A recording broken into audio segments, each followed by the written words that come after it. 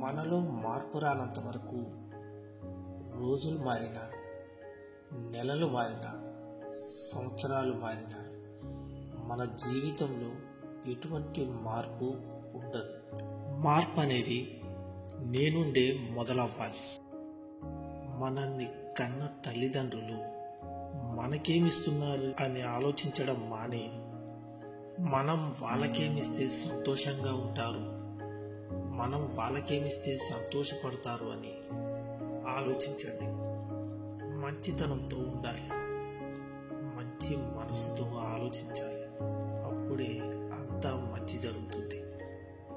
ఈ రోజుల్లో కొందరు ఎలా ఉన్నారు అంటే, ముందు నీతులు వలిస్తారు, మళ్ళీ ఏం తెలియనట్టు వెనక గోతులు తవ్వుతారు.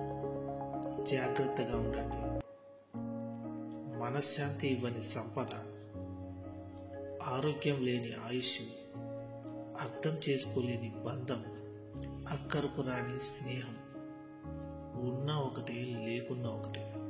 తన వ్యక్తిత్వాన్ని తన ఆస్తిగా భావించేవాడు ఎప్పటికీ రారాజే.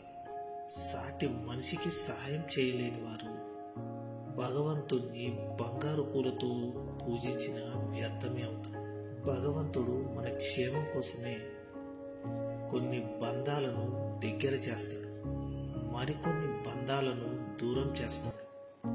దగ్గర చేసిన బంధాలను అలుసుగా చూడకండి.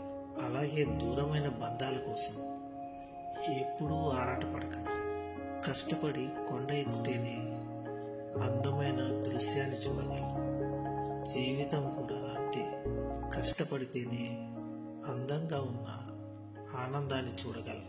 నీ బ్రతుకు తెరువు కోసం ఎన్ని విన్యాసాలైనా చేయి, కానీ ఎదుటి వారి బ్రతుకు వినాశనం కావడానికి నువ్వు మాత్రం అసలు కారణం కాకు. గతం గురించి ఆలోచించి భవిష్యత్తును పాడు చేసుకోవడం మూర్ఖుల యొక్క లక్షణం. చేజారిన ప్రతి నిమిషాన్ని భూమిపై ఉన్న ఏ సిరి సంపద కూడా తిరిగి ఇవ్వలేదు. సమయాన్ని వృధా చేయకండి. చీకటి నలుపని, వెలుగు తెలుపని అందరికీ తెలుసు, కానీ పోరాడితేనే గెలుపని కొందరికి మాత్రమే తెలుసు. మనిషి పుట్టుక నుండి మరణం వరకు సాగే ప్రయాణమే జీవితం. చూడగలిగితే ఇక్కడ ప్రతిదీ అద్భుతమే. మీ శత్రువుపై కోపంతో రగిలిపోకండి. నీ ఎదుగుదలను చూసి తనే రగిలిపోయేలా చేయండి. మీ ఎదుగుదలను చూసి ఎదుటి వారు ఏడుస్తున్నారు అంటే అది వారి సమస్య అవుతుంది, మీ సమస్య అస్సలు కాదు. దృష్టిలో పెట్టుకోకండి, మనసు పాడు చేసుకోకండి.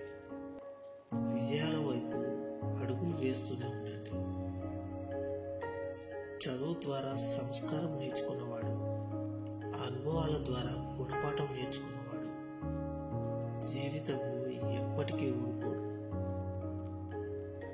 మోసం తాత్కాలికంగా ఆనందాన్ని ఇవ్వవచ్చు, కానీ ఏదో ఒక రోజు భారీ మూల్యం చెల్లించక తప్పదు. ఆలోచించి మాట్లాడే మాటల్లో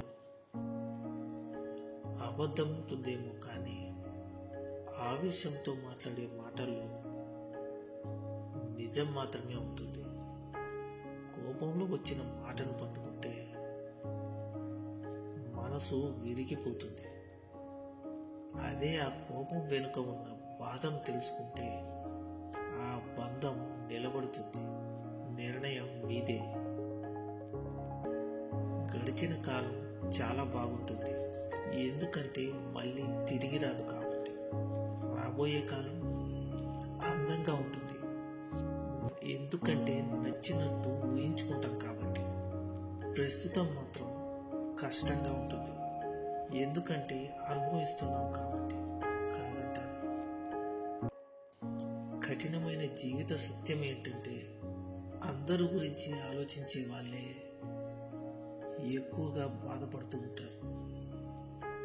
ఎవరు ఎలా పోతే మనకెందుకులే అనుకునేవారు దర్జాగా హుందాగా ఉంటారు. అర్థమైందనుకుంటా.